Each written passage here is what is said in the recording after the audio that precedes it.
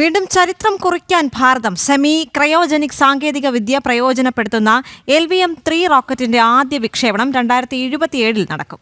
ദ്രവീകൃത ഓക്സിജനും ഹൈഡ്രജനും സംയോജിപ്പിച്ചതാണ് സെമി ക്രയോജനിക് ഇന്ധനം. 2027 സെമി ക്രയോജനിക് സാങ്കേതികവിദ്യ ഉപയോഗിച്ച് LVM-3 റോക്കറ്റ് വിക്ഷേപണത്തിനൊരുങ്ങി ഭാരതം. GSLV മാർക്ക് 3 എന്നറിയപ്പെട്ടിരുന്ന LVM-3 ISROയുടെ ഏറ്റവും ശക്തമായ റോക്കറ്റാണ്. ദ്രവീകൃത ഓക്സിജനും ഹൈഡ്രജനും സംയോജിപ്പിച്ചതാണ് സെമി ക്രയോജനിക് ഇന്ധനം. സെമി ക്രയോജനിക് സ്റ്റേജ് ഉൾപ്പെടുന്നത് വിക്ഷേപണ വാഹനത്തെ കൂടുതൽ ശക്തമാക്കും. പുതിയ പ്രൊപ്പലന്റ് ചെലവ് കുറയ്ക്കുന്നതിനൊപ്പം ഭാരം വഹിക്കാനുള്ള ശേഷി വർദ്ധിപ്പിക്കും. നിലവിൽ LVM-3ക്ക് ഭൂസ്ഥിര ഭ്രമണപഥത്തിലേക്ക് 4200 കിലോഗ്രാം വരെ പേലോഡുകൾ എത്തിക്കാൻ കഴിയും.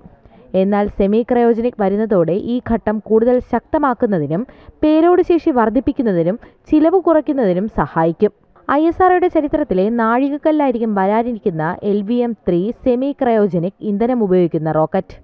സയൻസ് ഡെസ്ക്, ജനം.